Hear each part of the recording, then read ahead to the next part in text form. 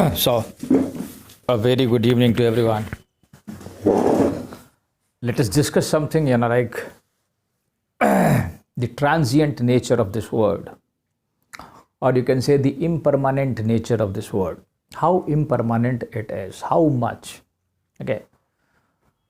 So, it seems like a dream, if you imagine, if you have even little amount of, vivek in yourself, or if you have a little amount of wisdom, very little wisdom is required. I'm telling you, you don't need a very high wisdom. If you have little wisdom and little with your little thinking, even you can understand that this world is nothing. Think like this is a dream actually.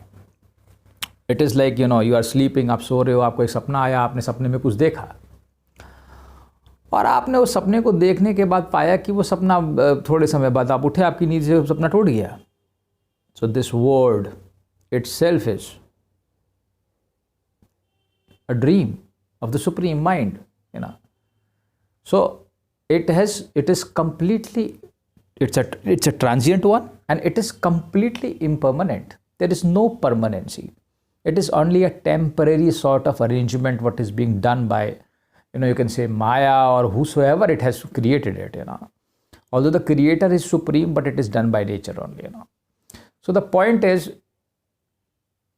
मैं क्यों कह रहा हूँ इतना कि ये इतना transient है. अपनी लाइफ को देख लो, हर प्राणी की लाइफ का एज बांध दिया. 500 साल, 200 साल, 800 साल, 50 साल, 50 minute, 10 minute, 5 minute. So everybody has a tenure. Whatsoever you do, आपने शादी करी, बीबी बनाई, बच्चे बनाए, फिनिश. मकान बनाया, the climatic condition will weather it, okay, and with time you will find it is non-existent. अगर आपने घर को खाली छोड़ दो 10-15 सालों के लिए, तो आपने ही घर को पहचान नहीं पाओगे.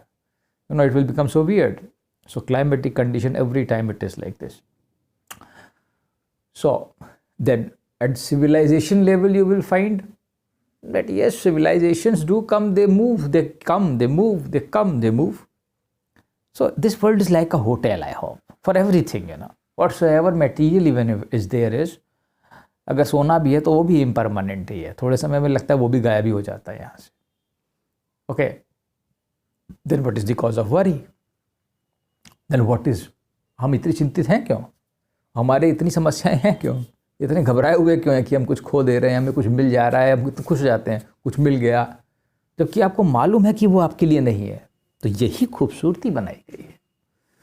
अगर पहले ही दिमाग में डेथ का कंसेप्ट डाल दिया जाए या इम्परमानेंट नेचर का कंसेप्ट इतना स्ट्रॉन्ग कर दिया जाए, तो लोग आनंद ही नहीं लेंगे, लोग सब छोड़ देंगे, सब देंगे सब बकवास है. ओके, तो यहीं पे एक खूबसूरती पैदा होती है कि कोई भी चीज़ परमानेंट नहीं है. भाई एक युग आया, अगर हम अपनी बात करें, कभी सतयुग था, द्वापर, त्रेता, कलयुग, कैसे कैसे लोग हुए, इधर ही रिसेंट हिस्ट्री में देख लीजिए. सो वी हैव अलग अलग सभ्यताएं आई, वैदिक काल आया, देन बहुत सारे काल आए, अर्ली मैन आए, वैदिक काल आया, ये आए, फिर फिर आक्रमण किया, मुस्लिम्स आए, फिर अंग्रेज आए. तो हमारे पास अब सब गायब होते जा रहे हैं धीरे धीरे करके. सो उन्होंने कोई बिल्डिंगें बनाई, बिल्डिंगें हैं, कुछ समय बाद वो नहीं है.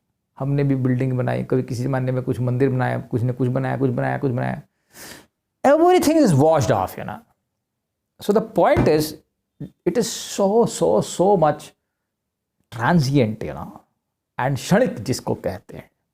इसका वर्ल्ड क्षणिक ही है. इस क्षणिक दुखमय संसार में सुख में नहीं है ये. तो फिर तुम चिंता करना छोड़ो और आनंद लो. ठीक है, ये मत सोचो कि मुझे क्या होगा. ये दिमाग का बनाया हुआ इतना बड़ा खेल है कि तुम इससे निकल ही नहीं पाओगे, क्योंकि तुम्हें लगता है कि ये सिर्फ तुम्हारे ही साथ ऐसा हो रहा है. मैं ही दुखी हूँ, बाकी लोग तो सुखी दिख रहे हैं. लेकिन ऐसा नहीं है, सबका एक ही जैसा हाल है. ओके, तो अब इस माइंड की स्टेट को चेंज करो और देखो. ठीक है, थैंक यू.